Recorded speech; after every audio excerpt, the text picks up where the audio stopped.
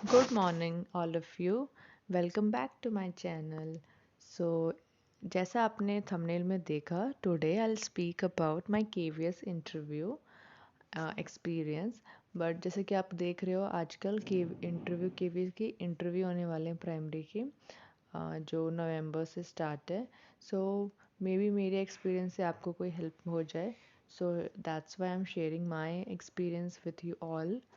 So basically मेरा जो केवी का इंटरव्यू था मैंने 2023 मार्च में दिया था. ठीक है. एंड ये कॉन्ट्रैक्चुअल का इंटरव्यू था. केवीएस कॉन्ट्रैक्चुअल इंटरव्यू था. तो यहाँ पे इन्होंने मुझसे पूछा था कैसे मेरे पूरे जर्नी थी वहाँ की इंटरव्यू की. सबसे पहले वो उन्होंने पूरा एक वो लोग अपनी साइट पे परफॉर्मा अपलोड करवाते हैं. देन वो लोग उनसे उस परफॉर्मा को हमें डाउनलोड करके फिर उसकी हार्ड कॉपी उसमें पूरा अपनी सारी डिटेल्स फिलअप करके हमें जो भी उन्होंने अपना वेन्यू दिया होता है किसी भी स्कूल में वहाँ जाना होता है एज़ पर एग्जैक्ट टाइम जो भी उन्होंने मेंशन करा होता है. वहाँ पे फिर मैं गई और वहाँ पे उन्होंने सीरियल नंबर वाइज सबको बुलाया एक एक बच्चों को.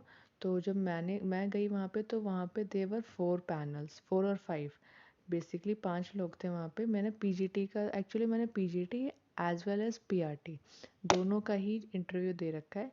तो उन्होंने जब मुझसे बोला मैं भी इस in this video I will talk about PGT. तो जब मैं गई वहाँ पे 5 पैनल्स थे और वो लोग बहुत ही एक्सपीरियंस्ड एंड उसके साथ बहुत एजड लग रहे थे बिकॉज ऑफ कोर्स वो पीजीटी का वो इंटरव्यू चल रहा था इसलिए. तो उन्होंने सबसे पहले बेसिकली मेरा सीवी लिया बायोडाटा. फिर उससे मुझे क्वेश्चंस पुट अप करे और उससे जो उनका क्वेश्चन था कि tell me about your qualifications and from which university you have completed your masters और ग्रेजुएशन. ये सब चीज़ें उन्होंने मुझसे पूछा. देन उन्होंने उसी से क्वेश्चंस पुट अप करे. देन वो सब्जेक्ट पे आते हैं कि मेरा सब्जेक्ट इंग्लिश था. तो वैसे लेकिन सबसे इससे पहले जो मैंने एक्सपीरियंस शेयर करूँगी उसके पहले मैं आपसे ये बताऊँगी कि सबसे पहले एंट्री जो आपको करनी है फर्स्ट एंट्री टिप्स कैसी होनी चाहिए.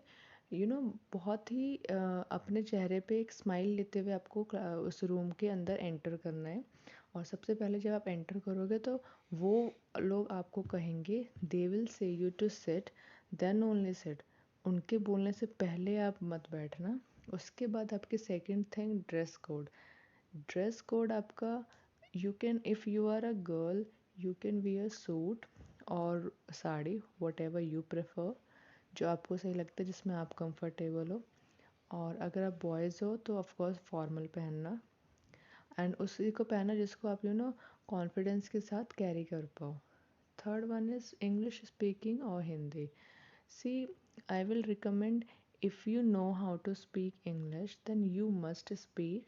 ठीक है. बिकॉज ये अपोजिट पार्टी पे सामने वाले इंसान पे ऑफ कोर्स प्रभाव पड़ता है उसका.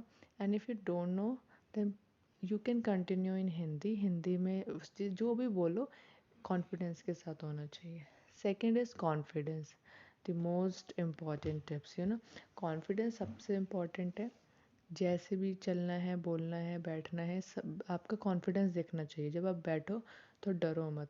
वो आपसे क्वेश्चंस पुट अप करेंगे तो आप डरो मत उनसे. उनके क्वेश्चंस का आप पूरा जवाब दो. ठीक है. बिल्कुल हंसते हुए एक छोटी सी स्माइल रखते हुए अपने फेस पे बहुत कॉन्फिडेंस से आपको उनको जवाब देना है. Last is content knowledge.